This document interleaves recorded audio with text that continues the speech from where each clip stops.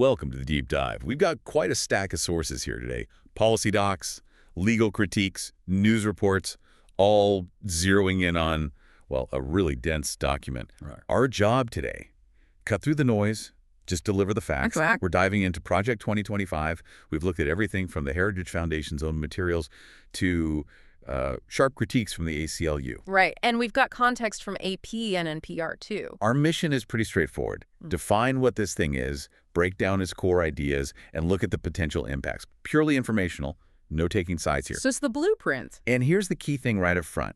Project 2025, it isn't some bill waiting for a vote. It's this huge, 900-page roadmap. Mandate for Leadership, the Conservative Promise. That's the official title. Yeah, and it's designed to completely rebuild the executive branch, from day one of a new administration. Yeah. Okay, so let's unpack this. The sheer ambition is something else. It really is. And what jumps out is the coordination. This isn't just one group's idea. Project 2025 is very clearly laid out as a blueprint for a potential future Republican administration, especially, one led by Donald Trump. And it's got buy-in from, over 100 conservative organizations. Yeah, over 100 groups. And the authorship, that tells a story too, right? Definitely. The sources say 140 former Trump administration staffers were involved in writing it. And the head of the Heritage Foundation, Kevin Roberts, he actually called their role institutionalizing Trumpism. Which is quite a statement. It really signals this is about embedding a specific political philosophy deep into the government structure, making it stick. Exactly. And you have to see the two sides of how this is presented. The supporters, the architects, their argument is pretty simple on the surface. They talk about efficiency, accountability, cutting government waste. Restoring merit, they say. Making sure elected leaders call the shots, not career staff. Right. And they specifically go after policies around DEI, diversity, equity, inclusion, saying they cause division and just add bureaucracy.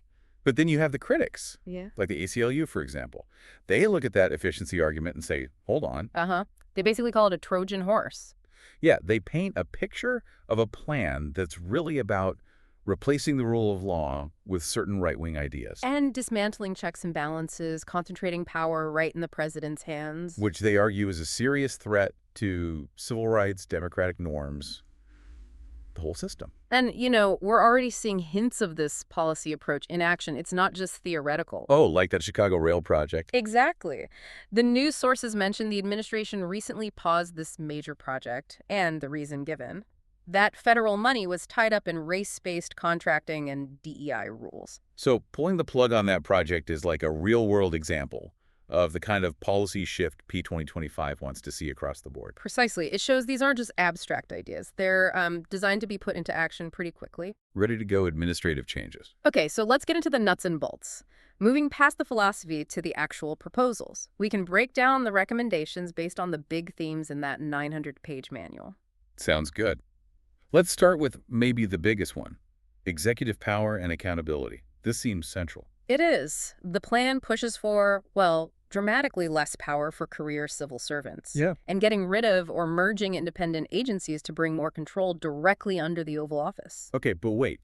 How would they actually do that? We're talking potentially thousands of non-political government workers. How do you remove them and put in loyalists so fast? That's the key mechanism. It doesn't get talked about enough, but it's absolutely crucial to the whole plan. The sources point to something called Schedule F reclassification. Schedule F, what does that do? The idea is to reclassify potentially tens of thousands of federal jobs, policy experts, agency staff, specialists out of the normal civil service system. So they lose their protections. What happens then? They effectively become at-will employees. Think political appointees. Right now, most federal workers have protections. It's hard to fire them without cause and process. Schedule F would let a new administration basically say, okay, all these career positions are now political, meaning they could be fired instantly. And replaced. And replaced with people considered loyal to the administration's agenda. Wow. That has huge implications for just institutional knowledge, right? Yeah. Expertise built up over years. If the goal is efficiency, wouldn't firing thousands of experienced people and bringing in political folks actually cause chaos? Maybe paralysis? That is exactly what the critics are asking. Supporters say, no, this ensures the president can actually implement the policies people voted for without bureaucrats blocking things. But critics argue it dismantles decades of nonpartisan expertise, institutional memory. basically swapping competence for political loyalty. And the sources warn about how that concentrated power could be used. Yes, the ACLU specifically raises concerns about using executive power to potentially spy on Americans, getting rid of safeguards against presidential overreach, even targeting journalists or protesters, potentially infringing on First Amendment rights. So a real acceleration of power towards the presidency. Okay, let's shift to the second theme, civil and reproductive rights. It's like some big changes proposed here, too. Definitely. On abortion, the main tactic seems to be using an old law. They propose reviving the Comstock Act from the 1870s. The Comstock Act? Seriously? From the 19th century? How would that even apply today? Well, the idea described in the sources is to use it to ban sending abortion pills and related materials through the U.S. mail, essentially trying to restrict access nationwide without needing a new law from Congress. They also want to reverse the FDA's approval of mifepristone. Okay, using existing levers in new ways. Yeah. And what about trans rights? The blueprint seems quite specific there as well. Very specific. It recommends stripping away federal non-discrimination protections. It actually calls for mandating discrimination against LGBTQ people in some federal contexts, like adoption services, and specifically barring trans individuals from military service, reversing current policies. Got it. Okay, third theme, immigration and citizenship. What's the approach outlined in P 2025? The plan calls for significantly ramped up enforcement, targeting immigrant communities with large-scale deportations, raids, and structurally big changes, ending birthright citizenship, which, would face immediate major legal fights. Right. Huge legal challenges, yeah. And dismantling the asylum system as it currently exists, including policies that could mean separating families again. It's such a complex area already. We saw that note from the AP source about the current administration offering some child migrants money, like $2,500 for voluntary return. Shows the difficult choices involved even now. Absolutely. Okay, the last major theme is elections and education. How does the plan address voting?